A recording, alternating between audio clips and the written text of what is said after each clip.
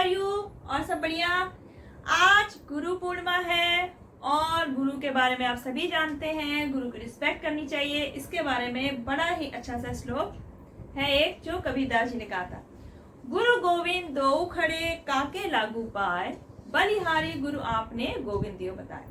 यानी कि इसमें कहा गया है कि अगर गुरु भी और भगवान दोनों खड़े हैं तो इसमें मैं पहले किसके चरण स्पर्श करूं, यानी कि गुरु भी है और भगवान भी है। बड़ा कंफ्यूजन है भाई।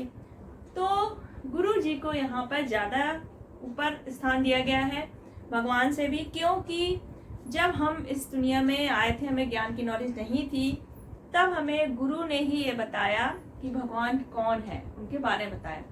तो ज्ञान देने वाला भगवान से भी बड़ा माना गया है। तो चलिए फिर अब हम लोग अपने टॉपिक पर आते हैं। हमारा लाइफ प्रोसेस चल रहा था, चैप्टर 10th क्लास का बायोलॉजी का है। तो इसमें आपने काफी चीजें पढ़ी। मेन आपके जो टॉपिक थे nutrition in plants, organism, animals and respiration, जो प्लांट्स और एनिमल्स में और लिटिल ऑर्गेनिज्म में, ये आप पढ़ चुके हैं। आज का टॉपिक है ट्रांसपोर्ट। ट्रांसपोर्ट क्या होता है? मैंने देखिए, आपका चाहे वो प्लांट हो या एनिमल, सभी को क्या चाहिए? लाइफ के लिए जरूरी चीज चाहिए, ऑक्सीजन चाहिए, फूड चाहिए, वाटर चाहिए, सभी चीज चाहिए। और ये भी आपको पता है कि प्लांट्स और एनिमल्स किससे मिलकर बने हैं? सेल से। तो अब अगर प्लांट और एनिमल को जिंदा रहना है, लाइफ प्रोसेस कंटिन्यू रखना है, तो क्या चाहिए कि उसकी सारी सेल्स सरवाइव करे। सेल सरवाइव करे, इसके लिए जो जरूरी चीजें हैं, आपका फूड, ऑक्सीजन, वाटर, मिनरल, ये सारी चीजें सारी सेल्स तक पहुंचना बहुत जरूरी है। इसके लिए ट्रांसपोर्ट सिस्टम बनाया गया। यानी कि ट्रांसपोर्ट सिस्टम क्या करता है? आपका जो भी लाइफ एसेंशियल चीजें हैं, ठीक, वो आपकी बॉडी में सारी सेल्स तक पहुंचाना उसका काम है, चाहे वो प्लांट्स में हो या एनिमल्स में हो। अब ट्रांसपोर्ट सिस्टम में क्या होता है? जैसे प्लांट्स है, उसमें कुछ चीजें कहीं पर बनी, कहीं पर सेक्रीट हुई या प्रोडक्शन हुआ, उसके बाद वो सारी सेल्स में पहुंचाना है, तो वो कौन करेगा? Transport system. सेम यही हमारी बॉडी का है। तो ट्रांसपोर्ट सिस्टम सबसे पहले हम लोग पढ़ने वाले हैं प्लांट्स में। प्लांट्स में देखिए, प्लांट क्या होता है? बहुत ज्यादा एरिया में होता है, ब्रांच्ड होता है, उसके ज्यादातर पार्ट फ्रीली एयर के कांटेक्ट में रहता है। यानी कि लीफ हो गया, स्टेम हो गया, तो ये सारी चीजें एयर के कांटेक्ट में होती हैं। ह्यूमन में क्या होता है? आपकी सेल्स एक बॉडी के अंदर होती है, सारी सेल्स एयर के कांटेक्ट में नहीं आ सकती। तो जो ऑक्सीजन और CO2 का डिफ्यूजन सिंपल हो सकता है सेल्स में, वो हमारी बॉडी में तो पॉसिबल नहीं है, एनिमल्स में पॉसिबल नहीं है, लेकिन प्लांट्स में ऐसा पॉसिबल है। क्यों? क्योंकि उसके बहुत सारे पार्ट्स जो हैं ओपन है, ब्रांच्ड है और वो एयर के डायरेक्टली कांटेक्ट में है। तो आपका जो लीफ हुआ, स्टेम हुआ, ठीक है, बड्स हुए, तो ये सारी चीजें डायरेक्टली डिफ्यूजन प्रोसेस के थ्रू ऑक्सीजन और CO2 तो ले लिया। लेकिन अब आती है बात वाटर की। वाटर तो नहीं ले सकते एयर से, और जो आपका लीफ में फूड बना है उसको पूरे पार्ट्स में पहुंचाना है, तो इसके लिए एक ट्रांसपोर्ट सिस्टम चाहिए प्लांट्स में। तो प्लांट्स में ट्रांसपोर्ट सिस्टम दो चीजों के लिए चाहिए। पहला तो वाटर एंड मिनरल्स के लिए, सेकेंड आता है आपका फूड के लिए। तो वाटर और मिनरल्स प्लांट्स के सारे पार्ट में पहुंचाने की जिम्मेदारी किसकी होती है? जाइलम टिश्यू की। और फूड जो आपका लीफ में बना, उसको प्लांट्स के अदर पार्ट में पहुंचाने की रिस्पॉन्सिबिलिटी होती है फ्लोएम टिश्यू की। तो जो जाइलम है ये प्लांट्स में वाटर और मिनरल्स पहुंचाएगा। मेन क्या होता है? आपकी रूट अंडरग्राउंड होती है, वाटर रूट से एब्जॉर्ब करती है, उसके बाद जाइलम के थ्रू होते हुए प्लांट्स के सारे पार्ट्स में आपका वाटर और मिनरल्स पहुंच जाता है। जब हमारी लीव्स फूड बनाती है तो फ्लोएम टिश्यू के थ्रू प्लांट्स के सारी सेल्स में खाना पहुंचा दिया जाता है। तो आज हम लोग ट्रांसपोर्ट इन प्लांट्स डिटेल में पढ़ेंगे, यानी कि xylem tissue and phloem tissue. इसमें वाटर के ट्रांसपोर्ट के लिए कौन सा सिस्टम है? जाइलम। जाइलम जो आपका टिश्यू है, ये रूट से लेगा वाटर, वाटर में क्या डिजोल्व होगा? मिनरल्स, और उसको पूरे पार्ट्स में पहुंचा जाइलम वेसल है, मेनली ये 2 टाइप्स के होते हैं। पहला आपका आता है xylem vessel, second is ट्रैकीड।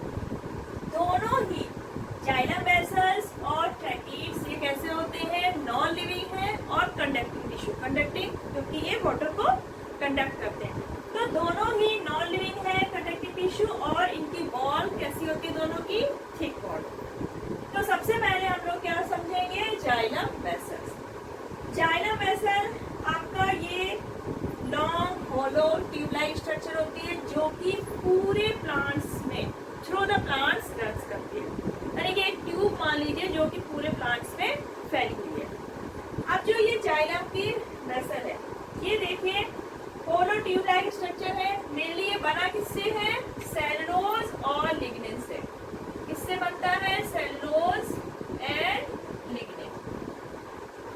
Lignin आपका बहुत ही हार्ड और स्ट्रॉन्ग सब्सटेंस है जो कि प्लांट्स को मैकेनिकल सपोर्ट भी प्रोवाइड करता है। तभी आपने देखा होगा ना, प्लांट को स्ट्रेट खड़े रहते हैं, तो ये लिग्निन है जो कि प्लांट्स को स्ट्रेट अपराइट पोजीशन में रहने देता है। तो ये आपका होलो ट्यूबलाइक स्ट्रक्चर है, यानी कि इसकी जो सेल्स है वो कैसी है, होलो ट्यूबलाइक स्ट्रक्चर है, सेलुलोज और लिग्निन से बना है। इसमें ना तो साइटोप्लाज्म है और ना ही न्यूक्लियस। साइटोप्लाज्म न्यूक्लियस नहीं होता, क्यों, क्योंकि ये क्या है, डेड सेल्स है। अब जो आपके ये गैप है, ये क्या करता है, एक तो भाई ड्रेन पाइप है, इसी के थ्रू क्या जाएगा हमारा वाटर, और जो आपकी ये बॉल है ये क्या है, लिग्निन इसमें डिपोजिशन है। आपके कहीं कहीं पर ये ऐसे पिट्स लाइक स्ट्रक्चर होते हैं, यानी कि ऐसे पिट्स बने, यहाँ पर लिग्निन का डिपोजिशन नहीं होता, यहाँ पर सिर्फ क्या होता है, सेलुलोज, इसलिए ये पिट्स लाइक स्ट्रक्चर बन जाते हैं। जो ये सेल्स के एंड पॉइंट्स होते हैं, ये क्या होते हैं, ब्रोकन होते हैं। सारी सेल्स के एंड पॉइंट ऐसे ब्रोकन होंगे और सारी सेल्स एंड टू एंड मिल जाएंगी, और रूट से स्टार्ट होते ये स्ट्रक्चर कहाँ तक पहुंच जाता है, लीफ तक। लीफ में ये काफी ब्रांच हो जाता है। तो ये पूरा एक पाइप वाला सिस्टम है, ड्रेनेज पाइप सिस्टम जैसे घरों में होता है, ऐसे आपके पूरे प्लांट्स में ऐसे पाइप वाला सिस्टम बन जाता है। अब आपका आता है ये जो है आपका जाइलम वेसल। तो जो आपके फ्लावरिंग प्लांट्स है उसमें जाइलम वेसल्स होते हैं मेनली, या फिर जाइलम वेसल और ट्रैकीड्स दोनों ही पाए जाते हैं। और जो आपके नॉन फ्लावरिंग प्लांट्स होते हैं उसमें केवल ट्रैकीड सिस्टम ही होता है। ट्रैकीड्स में ये क्या है, एक ट्रैकीड्स की सेल है जो कि इलॉन्गेटेड स्पिंडल शेप स्ट्रक्चर दिख रहा है आपको। ये भी आपकी थिक वॉल्ड होती है, लिग्निन होता है इसमें, लेकिन इसमें जो वाटर ट्रांसपोर्ट हो रहा है वो पिट्स के थ्रू होता है। इसकी जो एंड्स है वो आपकी क्लोज है, तो एक ट्रैकीड से दूसरे ट्रैकीड में जो वाटर ट्रांसपोर्ट हो रहा है वो एक पिट्स के थ्रू होता है। इसमें वॉल्स आपकी जो है वो लिग्निन की बनी है, ये भी थिक है, डेड सेल्स है। अब आता है आपका मैकेनिज्म ऑफ वाटर ट्रांसपोर्ट, ये तो आपकी सेल्स हो गई।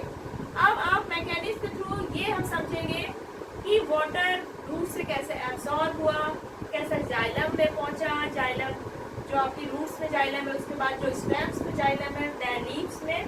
तो ये पूरी एक मैकेनिज्म है जिसको हम डायग्राम के थ्रू समझने वाले हैं। नेक्स्ट टॉपिक है आपका mechanism of transport of water and minerals in a plant. अब वाटर और मिनरल्स प्लांट्स में कैसे पहुंचते हैं, ये पूरी मैकेनिज्म आपको इस डायग्राम के थ्रू समझनी है। देखिए वाटर कहाँ पर होता है, सॉइल में होता है। सॉइल के पार्टिकल्स में एक वाटर की फिल्म टाइप से बनी होती है, मतलब थोड़ा मॉइस्चर टाइप से। तो जो हमारे रूट्स के रूट हेयर्स होते हैं, जो स्मॉल हेयर लाइक स्ट्रक्चर होते हैं रूट में, that is called root hair, वो डायरेक्टली हमारे किसके कांटेक्ट में होते हैं, सॉइल पार्टिकल्स के। सॉइल पार्टिकल्स के ऊपर जो वाटर की लेयर होगी, तो डिफ्यूजन प्रोसेस के थ्रू सबसे पहले वाटर हमारा मिनरल्स के साथ, वाटर में क्या होंगे, मिनरल भी डिसॉल्व होंगे, that is called xylem SAP. तो वो जाइलम सैप अब डिफ्यूजन प्रोसेस के थ्रू सॉइल से कहाँ आ गया, रूट हेयर ने एब्जॉर्ब कर लिया। तो अब रूट हेयर के बाद जो नेक्स्ट लेयर होगी, ये आप स्ट्रक्चर भी समझते जाइए और इसमें जो प्रोसेस हो रहा। तो रूट हेयर के बाद कौन सी लेयर आई आपकी? एपिडर्मिस। अब रूट हेयर में जो वाटर मिनरल प्लस यानी कि जाइलम सैप एब्सॉर्ब हुआ था, वो हुआ था डिफ्यूजन प्रोसेस के थ्रू। अब रूट हेयर से जो ये जाइलम सैप एपिडर्मिस में पहुंचेगा, वो किस प्रोसेस से पहुंचेगा? ऑस्मोसिस। तो ऑस्मोसिस प्रोसेस के थ्रू आपका जाइलम सैप सबसे पहले कहाँ पहुंचा? एपिडर्मिस में। एपिडर्मिस के बाद रूट कॉर्टेक्स, उसके बाद एंडोडर्मिस। इसके बाद आता है आपका जाइलम जो कि रूट्स में है। जाइलम आपके रूट्स में भी होंगे, उसके बाद स्टेम में भी होंगे और लीफ में भी। तो सबसे पहला जो जाइलम का पार्ट है रूट में, पहले वहां पहुंचा हमारा जाइलम सैप। रूट हेयर, फिर epidermis, root cortex, then endodermis. इतनी लेयरिंग उसने सेल्स को क्रॉस करके फिर कहाँ पहुंच गया? आपका जो रूट जाइलम है। रूट जाइलम आपका स्टेम जाइलम से कनेक्टेड होगा, वहां पहुंच गया। अब आपका लीफ जाइलम आ गया। यहाँ पर लीफ का क्या होता है? बेस पार्ट पेटियोल, वहां पे पहुंचेगा और फिर उसके बाद लीफ की हर सेल्स में पहुंच जाएगा और लीफ से जो स्टोमेटा है उसके थ्रू ट्रांसपायरेशन के थ्रू वाटर जो नहीं चाहिए प्लांट्स को वो निकल जाता है। तो आपका जितना वाटर एब्जॉर्ब होता है प्लांट्स के लिए, तो उसे मेनली 1 से 2% ही प्लांट अपनी मेटाबॉलिक एक्टिविटी में यूज करता है। बाकी का rest of water transpiration process के थ्रू बाहर निकल जाता है। तो आपके जो पार्ट्स हैं प्लांट्स के जो कि transport of water and minerals में यूज हुए हैं, that are root hair, then epidermis, then root cortex, then endodermis, root xylem, then xylem vessel in stem, then leaf xylem. तो ये सारे एक क्या है? ऑर्डर है, जो स्ट्रक्चर है जो कि ट्रांसपोर्ट सिस्टम में यूज हुए। मेन आपका जाइलम है, जाइलम वेसल्स है, ट्रैकीज। तो ये तो हो गई mechanism of water transport in plants. आता है कि जो हमारा वाटर का ट्रांसपोर्ट होता है तो वो होता क्यों है? मतलब ऐसा क्या सिस्टम है कि वाटर अपने आप इस पाइप से होते हुए ऊपर तक पहुंच जाता है? जैसे आप कोल्ड ड्रिंक पीते हैं स्ट्रॉ यूज करके, जब आप कोल्ड ड्रिंक पीते हैं तो क्या करते हैं? आप स्ट्रॉ लगाते हैं और मुंह से सक करते हैं। तो क्या होता है? जो ऊपर का पार्ट है स्ट्रक का, तो उसमें क्या हुआ? प्रेशर कम हुआ, एयर का प्रेशर, और नीचे जो पार्ट होगा स्ट्रक का कोल्ड ड्रिंक के जो नीचे होगा उसमें क्या होगा? एटमॉस्फेरिक प्रेशर के बराबर प्रेशर होगा। तो वो प्रेशर कम होने के कारण हमारी कोल्ड ड्रिंक क्या होती है? ऊपर पहुंच जाती है। सेम वही यहाँ पर प्रोसेस होता है। जो आपकी लीव्स है इसमें क्या होता है? ट्रांसपायरेशन प्रोसेस होता है और वाटर हमारा एटमॉस्फेयर में लॉस होता है। तो यहाँ पे लीफ में क्या हुआ? वाटर कम हो गया। जब लीफ में वाटर कम हुआ तो जो स्टेम की वेसल्स है, जाइलम वेसल, वहां से वाटर क्या हुआ? उस जो वाटर की शॉर्टेज है उसको पूरा करने के लिए वहां पे पहुंच गया। अब यहाँ पे पानी की क्या हो गई? कमी हो गई। यहाँ पे क्या बन गया? एक प्रेशर बन जाता है, लो प्रेशर वाला। तो नीचे वाटर हमारा क्या है? ज्यादा है, यहाँ पर नॉर्मल एटमॉस्फेरिक प्रेशर होगा। पानी यहाँ से ट्रांसपायरेशन होकर बाहर निकल रहा है तो ऊपर का प्रेशर कम होगा। तो पानी हमारा हाई प्रेशर से लो प्रेशर की तरफ ऑटोमेटिक क्या हो जाता है? ऊपर पहुंच जाता है। तो ट्रांसपायरेशन प्रोसेस एक सक्शन पंप की तरह काम करता रहता है जिसके थ्रू वाटर हमारा कंटिन्यू आपका ट्री के अपर पार्ट तक पहुंच जाता है। ये पढ़ा transport of water and minerals in plants. Next है आपका transport of food and other substances. Food तो आपको सभी को पता है, लीफ में बनता है, उसके बाद प्लांट्स के अदर पार्ट्स में पहुंच जाता है। अदर सब्सटेंसेस में आपके प्लांट्स हार्मोन्स आते हैं जो कि रूट्स और शूट्स के टिप में बनते हैं। तो ये फूड जब हमारा प्लांट्स की लीफ में बना और इसका जब अदर पार्ट्स में पहुंचना है तो वो प्रोसेस आपकी क्या कहलाती है? ट्रांसलोकेशन। तो फूड का क्या होता है यहाँ पे? ट्रांसलोकेशन, जो कि फ्लोएम टिश्यू की हेल्प से होता है। फ्लोएम टिश्यू में मेनली दो सेल्स होती है, सीड ट्यूब्स और कंपेनियन सेल्स। तो जो मेन ट्रांसलोकेशन होता है आपका फूड का, वो आपकी कौन करती है? Seed tubes. ये लाइट जाइलम वेसल्स की तरह ये भी लॉन्ग ट्यूब लाइक स्ट्रक्चर होती है, में इसकी जो सेल वॉल है उसमें लिग्निन नहीं है, ये लिविंग सेल है। जाइलम वेसल में क्या होता था, जो आपकी जाइलम वेसल थी डेड सेल थी। तो आपके जो सीयू ट्यूब्स हैं, these are living cells that contains cytoplasm but no nucleus, इसमें न्यूक्लियस नहीं है। इसकी जो वॉल है उसमें सिर्फ सेलुलोज होगा, नो लिग्निन डिपोजिशन। आपकी जो सी ट्यूब्स की एंड वॉल्स होती है, ये आर नॉट कंप्लीटली ब्रोकन, ये एक प्लेट की तरह होती है, यानी कि सीप की तरह। सीप मतलब क्या होता है, छलनी। तो इसमें छोटे छोटे पोर्स है, यानी कि बीच बीच में प्लेट्स आपकी ब्रेक है। तो ये सीप ट्यूब्स बन गई, और ये जो बीच बीच ब्रेक है इसी के थ्रू हमारा फूड क्या हो जाता है, ट्रांसलोकेट। जो सीप ट्यूब्स है इसमें केवल साइटोप्लाज्म है, न्यूक्लियस नहीं है। इसके साइड में जो है सेल, कंपेनियन सेल, इसमें न्यूक्लियस भी है और बहुत सारे सेल ऑर्गेनल्स भी होते हैं, जो कि सी ट्यूब्स की जो भी नेसेसरी होती है उसकी नेसेसिटीज वो कंप्लीट कौन करता है, आपका कंपेनियन सेल। तो ये साइड में रह के सी ट्यूब्स की जरूरतें पूरी करेगा। तो जो सीव प्लेट्स है, अब ये क्या है, एंड टू एंड ऐसे बहुत सारी सीव ट्यूब्स पूरे पार्ट्स में, प्लांट्स के सभी पार्ट्स में फैली है। जब आपका लीफ में फूड बना तो क्या हुआ, ये सीव ट्यूब के थ्रू आपका सारे पार्ट्स में पहुंच जाता है। याद रखिए कि जब आपका प्लांट में फूड का ट्रांसलोकेशन होता है, उसी के साथ ही जो हार्मोन्स बनते हैं हमारे रूट और शूट टिप में, तो उसका ट्रांसलोकेशन इसी फूड के साथ ही सी ट्यूब्स के थ्रू पहुंच जाता है। तो आपका जो फूड का ट्रांसलोकेशन है वो क्या है, आपका प्लांट्स में अपवर्ड डायरेक्शन में भी हो सकता है, डाउनवर्ड डायरेक्शन में भी हो सकता है, यानी कि प्लांट्स के सेल्स की नीड के हिसाब से ये अपवर्ड डाउनवर्ड किसी भी डायरेक्शन में हो सकता है। लेकिन जो वाटर का और मिनरल का ट्रांसपोर्ट है ये हमेशा अपवर्ड डायरेक्शन में ही होता है, रूट से स्टेम और लीफ, यानी कि हमेशा अपवर्ड डायरेक्शन में ही होगा। आपका जो वाटर का ट्रांसपोर्ट था वो एक सक्शन प्रेशर जो बनता था पार्ट्स में लीव्स के ट्रांसपायरेशन प्रोसेस के कारण, उसके कारण होता था। ये सिंपली आपका किसी भी डायरेक्शन में हो सकता है। तो ये तो आपका हो गया transports of food and other substances in plants. Is mechanism of transport of food in plant. अब जो आपका ट्रांसपोर्ट हो रहा है फूड में, उसकी मैकेनिज्म कैसे है।